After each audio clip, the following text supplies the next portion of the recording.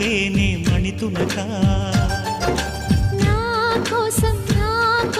నిన్నే నా జతగా నీ దైవం పంపేను బహుమతిగా.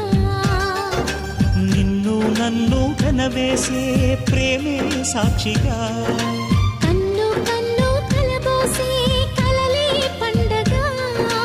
నిన్ను మన్ను ఏకం చేద్దాం హరివిల్లుగా.